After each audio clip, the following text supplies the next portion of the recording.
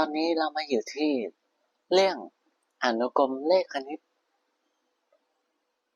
มันคือผลบวกอนุกรมคือผลบวกอนุกรมเลขคณิตมันหมายความว่าเป็นผลบวกที่ได้จากลำดับเลขคณิตโดยมันจะเป็นลำดับแบบมีจำนวนจำกัดนะใช่อย่างดูตัวอย่างกัน1 บวก 2 บวก 3 บวกถึง 100อย่างเงี้ยมันคืออนุกรมเลขคณิตใช่ไหมมันได้มาจากลำดับเลขคณิต1 2 3อย่างนี้ไปเรื่อยๆจนถึง100เพราะว่ามันจะเพิ่มขึ้นทีละบวก1ใช่แล้วเพิ่มทีละบวก1เรามาดูกันที่วิธีหาอนุกรมกันบ้างวิธีแรกก็คือเราจะใช้ sn ตรงเนี้ยแทนคำว่า sequence ก็คืออนุกรมเลขคณิตนี่แหละใช่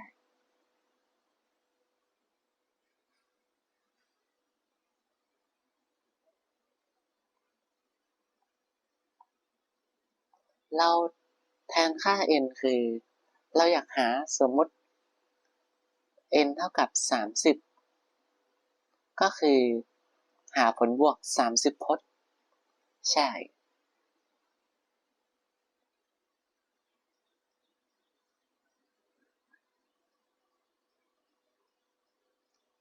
แล้วสูตรนี้สูตรที่1มันจะเหมาะกับเมื่อเรารู้พจน์แรก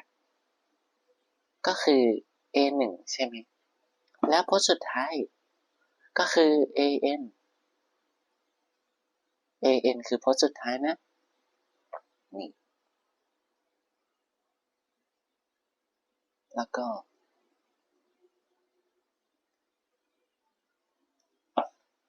โอเคสูตรที่2 sn เท่ากับ n ส่วน2ข้างในเนี้ยมันจะมีวิธีจำก็คือ2 n ส่วน2คูณ2เท่าของพจน์แรกตรงนี้ต้องแก้นิดนึงนะบวกกับ n ลบ1แล้วคูณด้วยผลต่างร่วมคือ d จากเรื่องลำดับเลขคณิตนั่นเองใช่ตรงนี้เราใช้สูตรนี้มันเหมาะกับเมื่อเรารู้พจน์แรก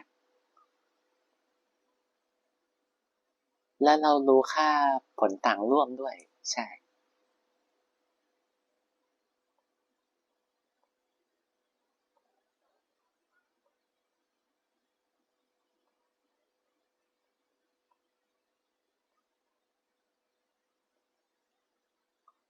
โอเคมาทำโจทย์กันดีกว่า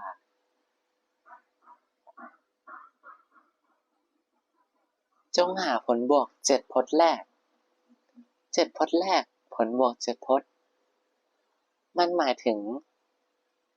s7 ใช่ไหมของอนุกรมที่ได้จากลำดับเลขคณิต7ไป15มันเพิ่มทีละเท่าไหร่ให้เพื่อนๆลองคิดมันเพิ่มไปทีละบวก8ใช่ไหมตรงเนี้ย8ตรงนี้คือผลต่างร่วมถูกไหมมาหากันจากสูตรเลย sn เท่ากับ n ส่วน2แล้วก็คูณอยู่กับ2เท่าของพจน์แรกก็คือ2คูณ a1 บวกกับจำนวนพจน์ลบ1คูณผลต่างร่วม ใช่ เราแทนค่าได้เลยใช่ไหม เรารู้แล้ว s 7ใช่ไหม เท่ากับ7ส่วน2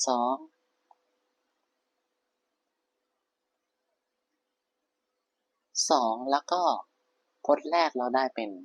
7ใช่ไหม บวกกับ n ลบ1คือจำนวนพจน์ลบด้วย1ก็คือ7ลบ1แล้วก็คูณด้วยผลต่างร่วมก็คือมันไปทีละ8ใช่ไหม มาคิดเลขกันดีกว่าก็จะได้7ส่วน2ข้างในล่ะ7คูณ2ได้14บวก48ได้เป็น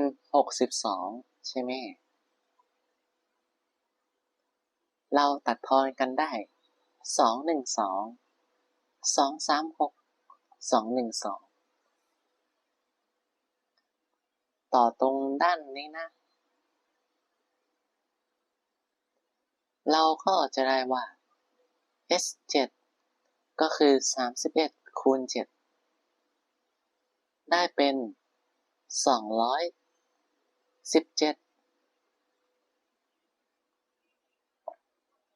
เป็นคำตอบครับ มาข้อนี้บ้าง จงหาผลบวก25พจน์แรกของอนุกรม3บวก5บวก7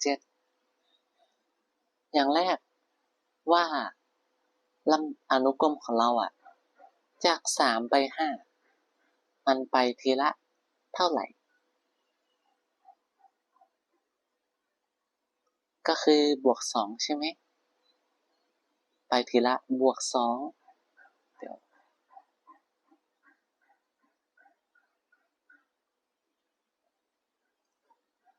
แล้วผลบวก25พจน์แรกมันหมายถึงว่าให้เราหา s 25ใช่ไหม มาจากสูตรเดิมเลย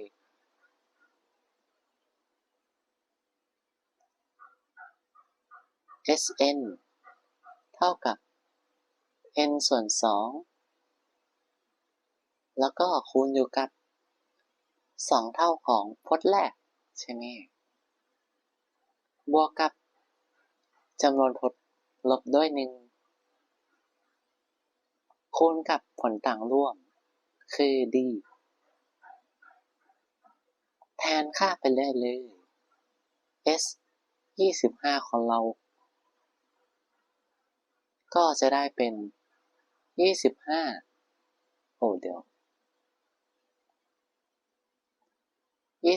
25ส่วน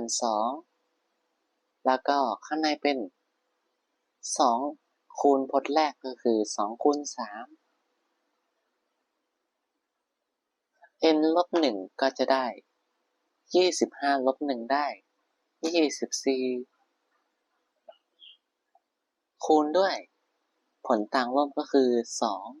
2เราก็จะได้เท่ากับ25ส่วน2แล้วก็คูณอยู่กับ2คูณ3ได้6บวก48ได้54ใช่ไหม แล้วก็จะตัดทอนกันอีก212 224ได้เป็น25คูณ7มาคิดเลขกัน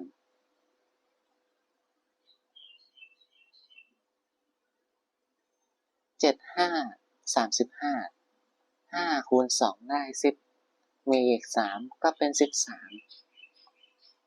7 2 14ใส่1ไป2 2 4 5เราก็จะได้คำตอบเป็น675ใช่ไหม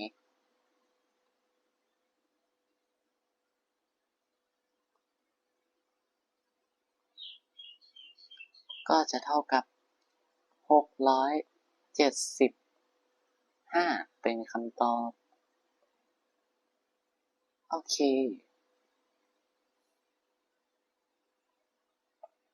มาดูข้อนี้กันบ้าง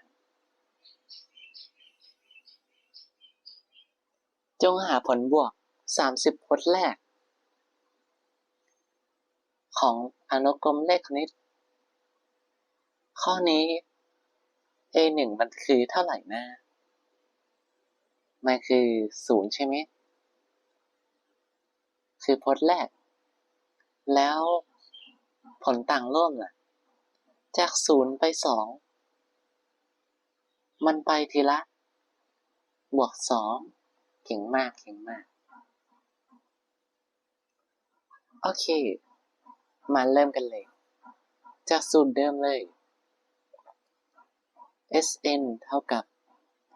n ส่วน2แล้วก็คูณกับ2เท่าของพจน์แรกบวก n ลบ1จำนวนพจน์ลบ1คูณกับ d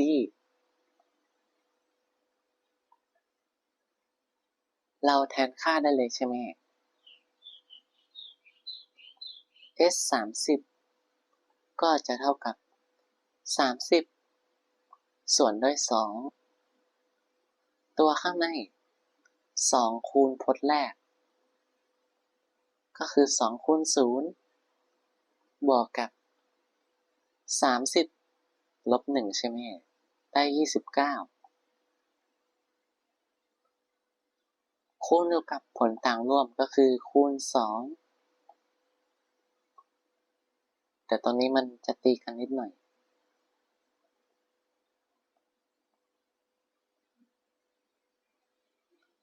จะได้เป็น15แล้วก็คูณอยู่กับ58มาคิดเลขกัน58คูณ15 85ได้40 55 25เป็น29แล้วก็580 17 1ก็จะได้ขอตอบตรงนี้แล้วกัน s 30ก็จะเท่ากับ870ใช่ไหม870โอเคไปดูข้อต่อไปกัน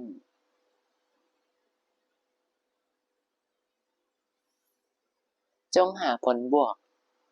50พจน์แรกของลำดับเลขคณิตเหมือนเดิมเลยจาก1ส่วน2ไป1มันไปทีละเท่าไหร่ก็คือบวก1ส่วน2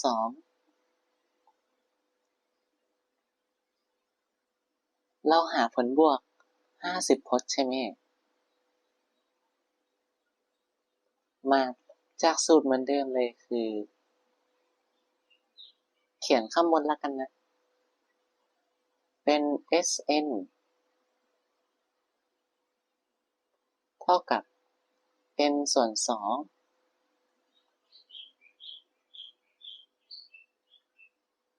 คูณอยู่กับ2เท่าของพจน์แรกเดี๋ยวนะ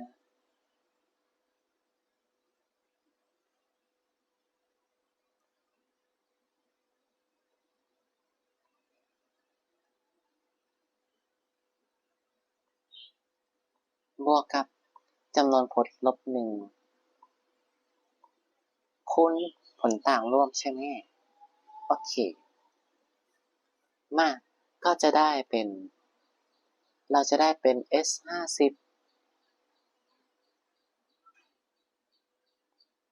เท่ากับ50ส่วนด้วย2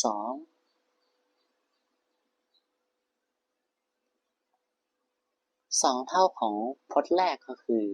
2คูณกับ1ส่วน2 บวกกับ50 ลบ 1ได้เป็น49แล้วก็คูณอยู่กับ1ส่วน2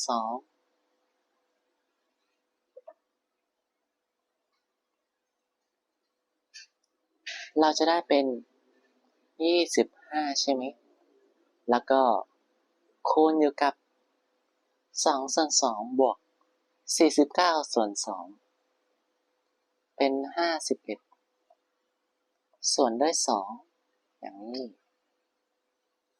เรามาหาก่อน25คูณ51กันนะก็เป็น515แล้วก็0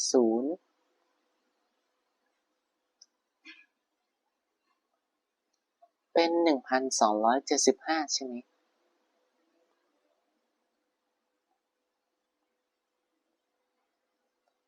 แล้วก็เอามาหาร2อีกรอบหนึ่ง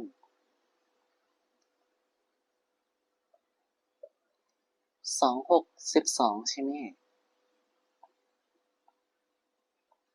ใส่0 2 3ได้6 2 7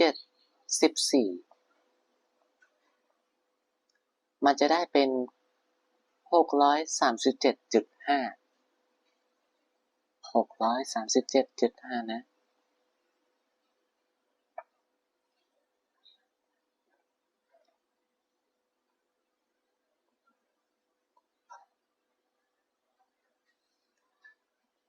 ก็จะได้เป็น S50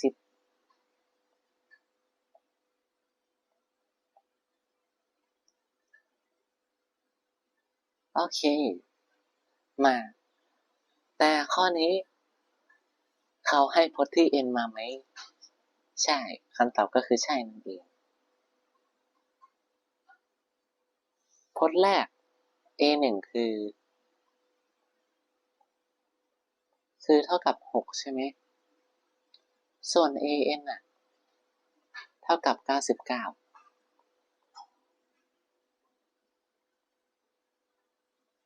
แต่เขาไม่ได้ให้ตัวแปรอีกอย่างหนึ่งคือจำนวนพจน์เราจะใช้เรื่องของลำดับเลขคณิตเข้ามาช่วยคือจากสูตรลำดับเลขคณิตใช่ไหม an เท่ากับ a1 บวกกับ n ลบ1คูณผลต่างร่วมเราคือย้ายสมการเฉยๆเลยก็จะได้เป็น an ลบ a1 เท่ากับ n ลบ1คูณ d ทางวงเล็บเลือกแล้วก็เอาผลต่างร่วมย้ายลงมา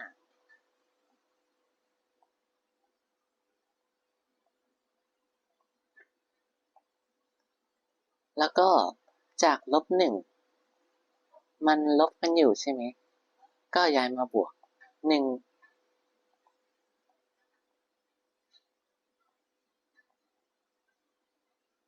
นี่เราก็รู้แล้วตอนนี้เรามาหาจำนวนพจน์กันก่อนจากสูตรเลยนะหรือจะจำง่ายๆว่าคือเหมือนหาว่ามันห่างกันกี่สถานีก็คือเอา an 99ลบด้วย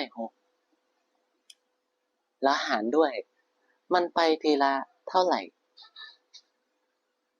จาก6ไป9ก็คือ3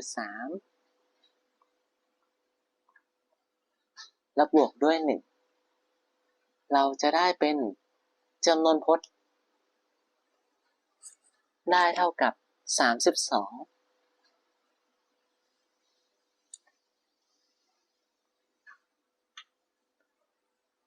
มาทีนี้เราก็รู้แล้วมันมี32พจน์ s 32เรามาใช้สูตรอีกสูตรหนึ่งก็คือ Sn เท่ากับ n ส่วน2แล้วก็ข้างในเป็น a1 บวกกับ an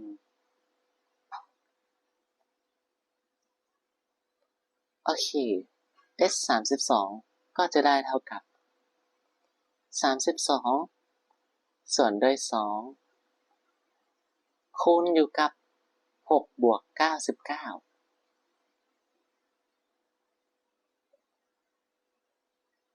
ได้เป็น16คูณกับ105มาคูณเลขกันก่อน105แล้วก็คูณอยู่กับ16 6 5 30ใส่3ทดไว้3ลงมา6 1050ใช่ไหมพอบวกกันแล้วเราจะได้เป็นเท่ากับ1680เป็นคำตอบเป็นผลบวกอนุกรม32พจน์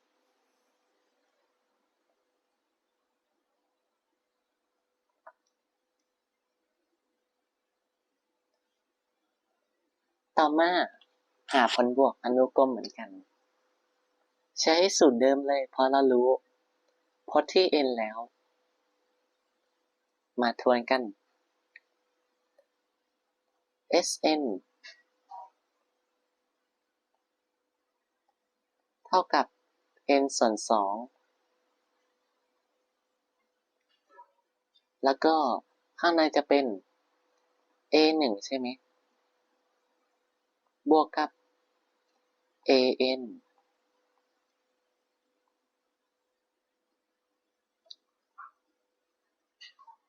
โอเคแต่ที่จริงแล้วถ้าเพื่อนๆคนอื่นจะใช้สูตรที่เราได้ทำผ่านมาแล้วมันก็ทำได้เหมือนกันนะใช่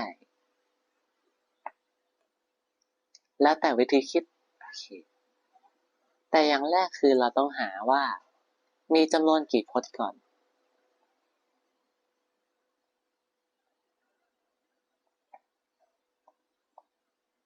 n เท่ากับลบ109ใช่ไหมเป็นพจน์ที่เราไม่รู้ลบกับอยากรู้ว่ามันห่างกันกี่แต้มเป็นลบกับลบ7แล้วหารด้วยมันห่างกันไปทีละเท่าไหร่จากลบ7ไปลบ10ก็คือลบ3แล้วก็บวก1ลบ109แล้วก็เป็นบวก7แทนเป็นลบ102ส่วน3ส่วนลบ3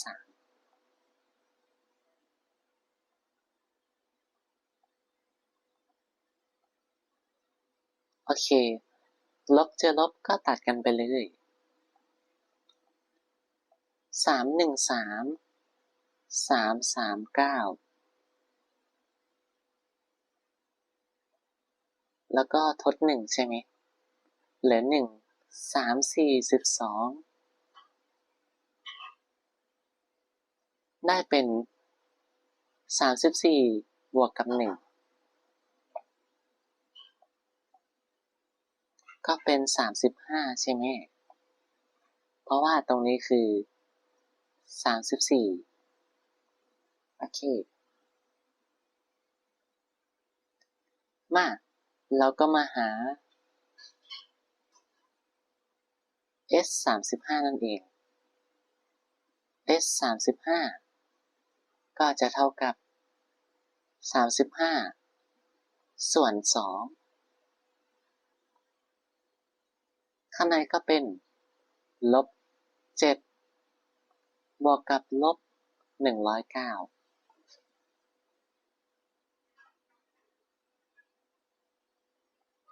ได้เป็น35ส่วนด้วย2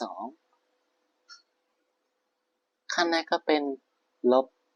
116มันตัดทอนกันได้ถูกไหม212 250เหลือเศษ1เหลือ1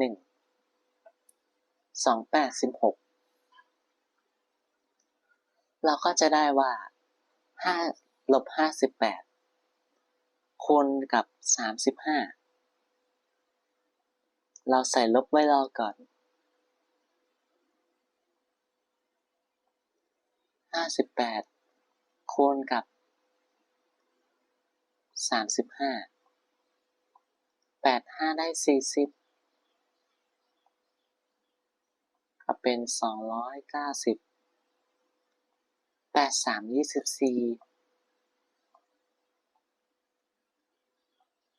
ได้เศษ2 5 35เป็น17คิดเลขโดยการเอามาบวกกันเราจะได้เป็นคำตอบคือลบ2,030เป็นคำตอบแล้ว